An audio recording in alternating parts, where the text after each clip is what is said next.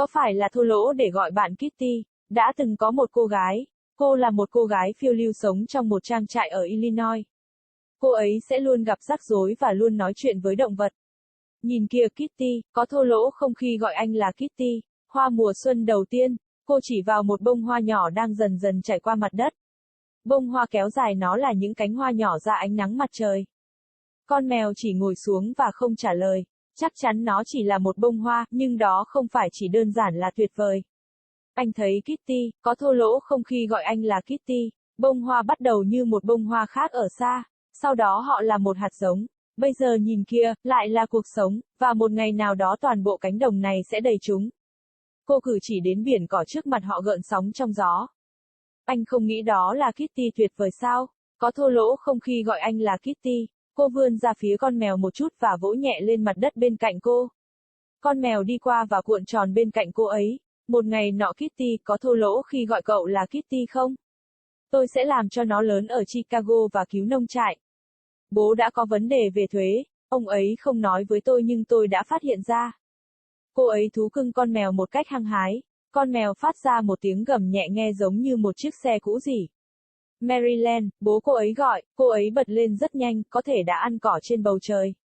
Tôi phải đi Kitty, có thô lỗ không khi gọi anh là Kitty? Con mèo đứng dậy và kéo dài. Anh ta rình rập vào rừng ở rìa cánh đồng. Maryland chạy đua qua cánh đồng, cô trèo qua hàng rào bút lợn và leo qua bùn, sau đó nhảy qua hàng rào thứ hai. Cô chạy qua chuồng gà và cảm nhận được những mảnh vụn dưới chân cô. Cô đến nhà và mẹ cô cau mày. Nhìn kia, cô vỗ nhẹ bụi bẩn trên chiếc váy con gái của mình, bạn đã làm cho mình tất cả bẩn. Cô thở dài và tặng con gái một chiếc váy khác để thay đổi. Maryland xuất hiện trong một chiếc váy màu xanh với mái tóc vàng của cô được thực hiện trong một búi tóc bện phía sau cô. Anh không giống như Alice ở xứ sở thần tiên. Mẹ cô trải một sợi tóc ra khỏi mắt. Hãy đến đây, các thanh tra ở đây. Cô nắm lấy tay con gái của mình và kéo cô qua bức tranh gia đình lộn xộn hội trường vào phòng ăn. Có hai người đàn ông ở đó. Một là cha của Maryland, một người đàn ông mà cô ấy có thể nhận ra từ một dặm bởi vì họ trông rất giống nhau. Người đàn ông thứ hai cô ấy chưa từng gặp trước đây. Ông ta là một người mập với cái đầu hói. Ông đeo kính mắt mèo màu hồng rực rỡ trong ánh nắng mặt trời. Anh có một cây bút và một notepad trong tay. Anh ta nhìn vào Maryland một cách nghi ngờ trước khi viết ra thứ gì đó. Như anh biết Mason, anh quay sang cha của Maryland, quản lý cho rằng trang trại này nên đóng cửa. Không đủ sản phẩm ra mắt, tôi nhận ra rằng nông trại này đã tồn tại trong gia đình của bạn từ nhiều thế hệ. Nhưng với tất cả các thế hệ bạn là người duy nhất có vấn đề này. Tôi thật sự không biết phải làm gì. Tôi sẽ mạo hiểm mông mình bằng cách cứu cái trang trại ngu ngốc này. Tôi đề nghị anh tìm một công việc mới và tiết kiệm cho một ngôi nhà ngoài thành phố. Ông đã kết thúc với một cơn ho croaky, nhưng họ nói tôi có thêm 3 tuần nữa. Mason vỗ chân xuống đất một cách không thoải mái. Có thêm 3 tuần Mason. Người đàn ông đã viết một lưu ý xuống, nhìn với việc sửa chữa máy kéo bạn chỉ có thêm 1 tuần tiết kiệm cho đến khi nơi này tốt. Anh ta nhìn xa Mason, có tội. Đó không phải lỗi của tôi, những thằng nhóc đó đã làm với máy kéo của tôi. Mason đóng sập bàn bằng nắm đấm của mình mặc dù nó đau. Tôi không nói vậy, nhưng chúng tôi không thể buộc tội cho trẻ em. Nếu chúng ta làm vậy thì mọi đứa trẻ nghịch ngợm dưới đây sẽ bị giam cầm hoặc bị phạt tiền mà chúng không thể trả được trên tay chúng. Người đàn ông nhấp vào bút của mình và mũi biến mất. Tôi sẽ cho anh thêm 2 tuần Mason. Người đàn ông đứng lên, nếu anh không có tiền vào lúc đó, anh sẽ tự lo. Người đàn ông bỏ đi qua cửa sau và lướt qua chiếc xe tải của mình. Bố của Maryland đập bàn và để đầu rơi vào tay anh ta một cách thảm hại. Bố không sao đâu, Maryland vỗ nhẹ vào đầu cha cô, tôi sẽ làm cho nó to và tôi sẽ giúp bạn cứu nông trại. Cha cô mỉm cười, bạn không cần phải lo lắng cho chúng tôi Maryland, chúng tôi sẽ ổn thôi. Anh ta đi lên cầu thang đến phòng của mình, bố cậu đang trải qua một mảng khó khăn ngay bây giờ. Mẹ cô ngồi xuống bàn bếp, không có gì bạn nên lo lắng về cái đầu xinh đẹp của bạn. Bây giờ hãy mang ba lô vào trường đi học. Maryland thở dài và đến phòng cô để lấy gói sau của cô. Có một vị khách bất ngờ đang ngồi trên ngưỡng cửa sổ. Ôi Kitty, có thô lỗ không khi gọi anh là Kitty? Cô ấy thú cưng con mèo một cách hăng hái. Con mèo kêu gừ và để cho nó lông màu xám mờ ngồi phẳng trên lưng nó. Ôi Kitty, có thô lỗ khi gọi. Is it rude to call you Kitty? There once was a girl. She was an adventurous girl who lived on a farm in Illinois. She would always get into trouble and always talk to the animals. Look, Kitty. Is it rude to call you Kitty? The first spring flower. She pointed at a small blossom dwindling through the ground. The flower stretched its small petals out to the sun. The cat just sat down and didn't answer. Well, sure, it's just a flower, but isn't that just simply wonderful, you see, Kitty? Is it rude to call you Kitty? The flower started as another flower far away. Then they were a seed. Now look. It's life again. And one day this entire field will be full of them. She gestured to the sea of grass in front of them rippling in the wind. Don't you think it's wonderful, Kitty? Is it rude to call you Kitty?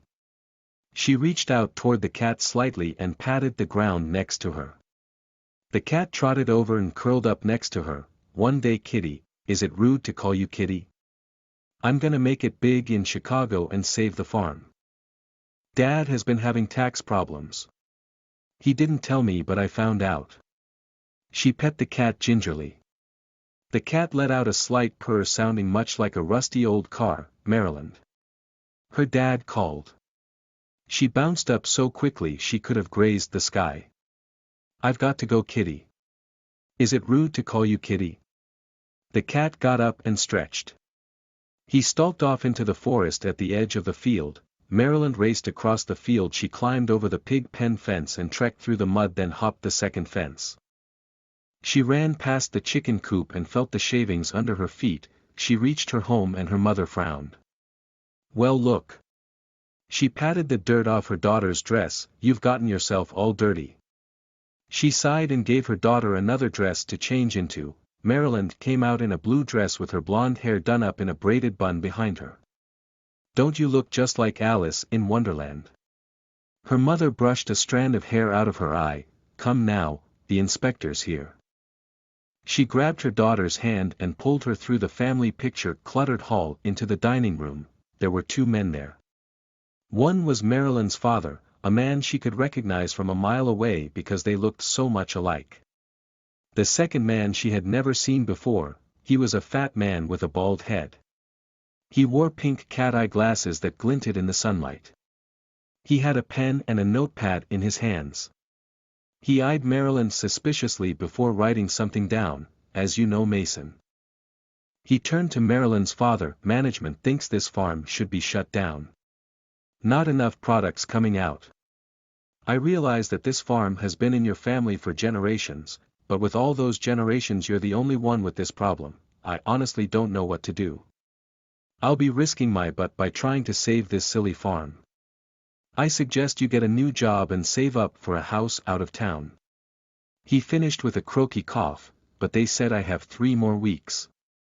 Mason tapped his foot uncomfortably to the ground. Had 3 more weeks, Mason. The man wrote a note down. Look, with the tractor repair you only have 1 more week of savings until this place well. He looked away from Mason. Guilty. It's not my fault what those boys did to my tractor. Mason slammed the table with his fist even though it hurt. I'm not saying it is, but we can't exactly press charges on kids. If we did that, then every naughty kid down here would be behind bars or have a fine that they can't repay on their hands. The man clicked his pen and the tip disappeared. I'll give you 2 more weeks, Mason. The man stood up. If you don't have the money by then, you're on your own. The man left through the back door and dawdled to his pickup truck. Maryland's dad slammed the table and let his head fall into his hands miserably. Daddy, it's okay. Maryland patted her dad's head. I'll make it big and I'll help you save the farm. Her father smiled. You don't have to worry about us, Maryland. We'll be just fine. He went up the stairs to his room. Your dad's just going through a rough patch right now. Her mother sat down at the kitchen table. Nothing you should worry your pretty little head about. Now get your backpack on for school. Maryland sighed and went to her room to grab her backpack. There was an unexpected guest sitting on the windowsill.